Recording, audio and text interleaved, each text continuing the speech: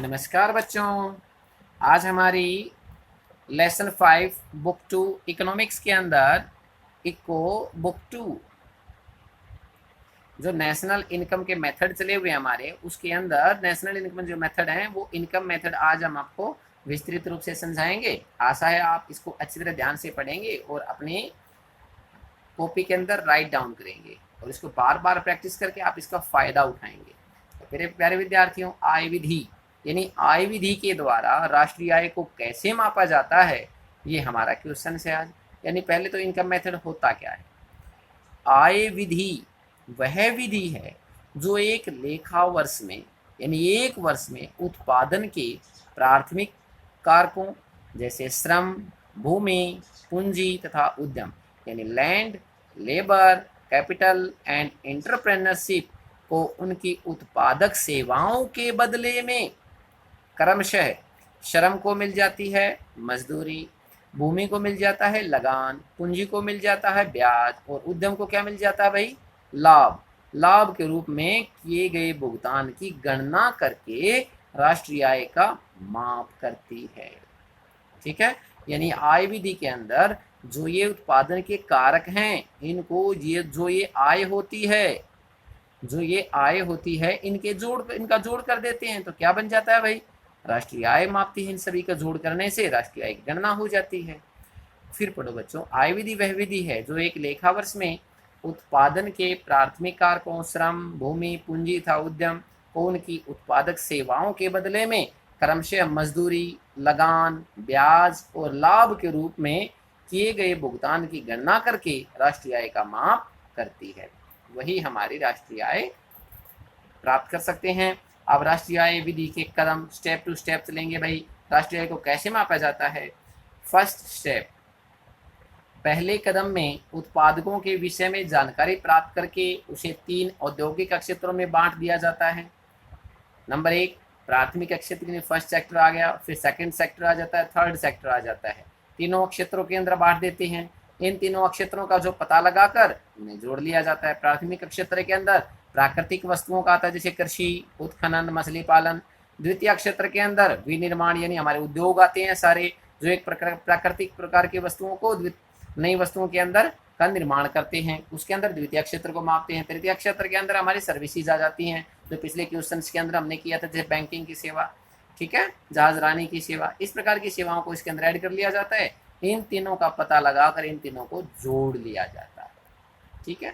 Second step, कारक आय का अर्थ व वर्गीकरण, यानी कारक आय होती क्या है वो अभी अभी आपने पढ़ा है, वही सेम टू सेम है। कारक आय का अर्थ कारक सेवाओं के बदले उन्हें श्रम के बदले मजदूरी, भूमि के बदले लगान, पूंजी के बदले ब्याज और उद्यमशीलता के बदले लाभ के रूप में जो राशि प्रदान की जाती है उसी को हम कारक आय कहते हैं। ये हमने पिछले मीनिंग के अंदर भी पढ़ा है और आप पढ़ लिया, आपको बिल्कुल पक्का हो गया होगा। यानी कारक आय क्या होती है।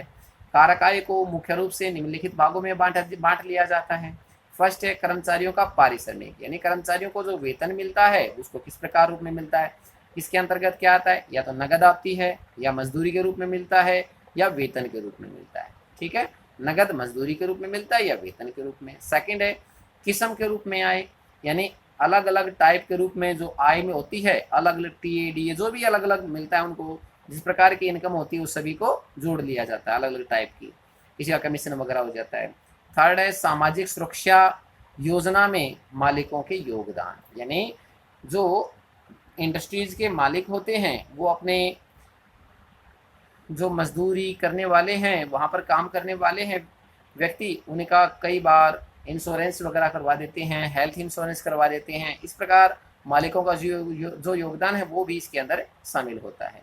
सेवानिवृत्त कर्मचारियों के पेंशन को भी इसके अंदर शामिल किया जाता है। यदि कर्मचारियों का पारिश्रमिक आ जाए प्यारे विद्यार्थियों, तो इसके अंदर क्या क्या आएगा, नगद मजदूरी और वेतन। किस्म के रूप में आय, सामाजिक सुरक्षा में योजना में मालिकों का योगदान और सेवानिवृत्त कर्मचारियों की पेंशन को राष्ट्रीय आय के अंदर शामिल किया जाता है। कर्मचारियों को किस प्रकार वेतन मिलता है वो सभी इसके अंदर आ जाते हैं। ये काम के बदले किया गया मिला गया भुगतान है उनको।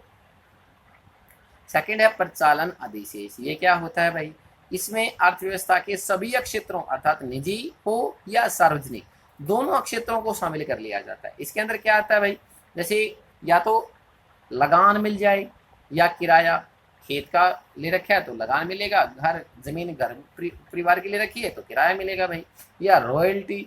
रॉयल्टी का सबको पता होना चाहिए, रॉयल्टी होती है यदि किसी वस्तु की हमने खोज कर दी है और उसको किसको बेच दिया है तो उसके परिवार को 7 पीढ़ियों तक जो पैसे मिलते रहते हैं, जो उसने खोज की डिस्कवरी की थी उसकी जो पैसे उसके घर आते रहते हैं 7 पीढ़ियों तक, उसी को हम रॉयल्टी बोलते हैं। ठीक है, जैसे लगान या किराया तथा रॉयल्टी। ब्याज, लाभ, लाभ को भी अलग अलग रूप से दे रखे हैं। लाभांश के रूप में निगम कर और अवितरित लाभ, तीनों के तीनों इकट्ठे मिलकर लाभ का रूप होते हैं। ठीक है, आदि मदें शामिल होती हैं। प्रचालन अधिशेष के अंदर लगान, किराया, रॉयल्टी अलग अलग हो सकते हैं। ब्याज, लाभ, लाभ के रूप में तीनों इकट्ठे होंगे भाई, अकेला लाभ आ गया तो तीनों को नहीं लेना, अगर लाभ नहीं आता ये आ जाता ये आ जाता ये आ जाता तो तीनों को ऐड करना है तभी तो लाभ बनेगा ना। हमारे जो सम आएंगे उसके अंदर काम आएगी ये चीजें। ठीक है, ध्यान रखना बच्चों, लाभ आ जाता तो तीनों में से कोई नहीं लेना, अगर लाभ नहीं आता तो तीनों लेने हैं। ठीक है, तो ये सारी चीजें प्रचालन अधिशेष के अंदर आ जाती हैं। And next third point is मिश्रित आय। मिश्रित आय क्या होती है, यानी स्वरोजगार व्यक्ति, स्वरोजगार व्यक्ति जैसे किसान, छोटे दुकानदार, डॉक्टर आदि अपने कारकों जैसे श्रम, पूंजी, भूमि आदि की सहायता से वस्तुओं सेवाओं का उत्पादन करते हैं, अतएव इन्हें ब्याज, लाभ, लगान और मजदूरी आदि के रूप में मिली जुली आय प्राप्त होती है। जैसे दुकानदार, प्यारे विद्यार्थियों आपने दुकानदार मान लिया, दुकानदार एक छोटा दुकानदार है, वो अपने घर के अंदर दुकान कर लेता है, अपने पैसों से ही दुकान करता है और अपने आप कार्य करता है, यानी उसको रेंट भी मिलता है, उसको प्रॉफिट भी मिलना चाहिए, उसको उसकी मजदूरी भी मिल जाती है। ठीक है ना, यानी सारी चीज़ें घूम फिर कर उसी दुकानदार को मिलती हैं। तो ये चारों चीज़ों का हकदार एक ही व्यक्ति है।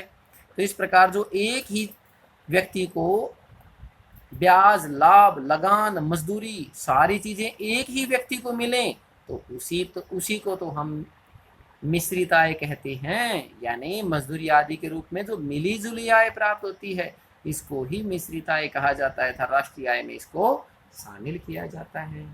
नेक्स्ट है विदेशों में निवल कारक आय यानी NFI, net factor income from abroad. किसी देश के निवासियों द्वारा विदेशों में प्रदान की गई कारक सेवाएं, यानी कोई देश का निवासी है विदेशों में काम करता है, वहां पर काम किया, उसके बदले में उसको आय प्राप्त हुई, तथा देश की घरेलू सीमा में हमारे देश के अंदर जो गैर निवासी वो कार्य करते हैं और उसको हम भुगतान करते हैं, उन दोनों के अंतर को NFI कहते हैं, यानी विदेशों से निवल कारक आय कहते हैं। तो प्यारे विद्यार्थियों ये हमारी थर्ड और फोर्थ पॉइंट हो गए हैं। फर्स्ट पॉइंट के अंदर पारिश्रमिक आया था, सेकंड के अंदर प्रचालन अधिशेष आया था, थर्ड हमारा मिश्रित आय है, फोर्थ NFI है। अब है थर्ड स्टेप कारक आय का अनुमान। प्यारे विद्यार्थियों यदि आपने फोर्थ लेसन की वीडियो देखी है तो ये आराम से कर सकते हैं, यानी net national product at factor cost जब ये निकालेंगे तो net domestic product at factor cost के अंदर, डोमेस्टिक के अंदर अगर NFI जोड़ देंगे तो क्या हो जाएगा NNPFC, क्योंकि डोमेस्टिक था NFI जुड़ गया तो नेशनल बन गया भाई। सेकंड है GNPFC, अब ग्रोस नेशनल प्रोडक्ट है तो नेट नेशनल प्रोडक्ट जो हमने ये निकाला है, यहाँ ये नेट है ये ग्रोस है तो इसके अंदर नेट के अंदर डेप्रिसिएशन जोड़ देंगे तो ग्रोस बन जाएगा। अब ये FC है, gross national product act market price यानी बाजार कीमत पर निकालेंगे तो GNPFC FC कर लो, पता नहीं कैसे हो गया भाई, यानी GNPFC gross national product at factor cost के अंदर नेट को यदि जोड़ देंगे तो GNPMP प्राप्त हो जाएगा। ठीक है, तो प्यारे विद्यार्थियों ये तो हमारे हो गए 3 स्टेप और इसके अंदर आ जाता है हमारा फार्मूला राष्ट्रीय आय प्राप्त करने का, यानी NNPFC ज्ञात करना होता है राष्ट्रीय आय के अंदर।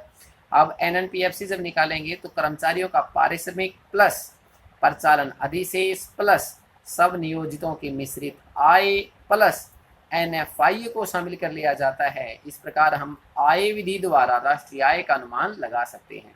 तो प्यारे विद्यार्थियों, ये हमारा क्वेश्चन नंबर 3 कंप्लीट हो गया है लेसन नंबर 5 का। आशा है आप इसको अच्छी तरह करेंगे और अपने जीवन में इस्तेमाल करेंगे।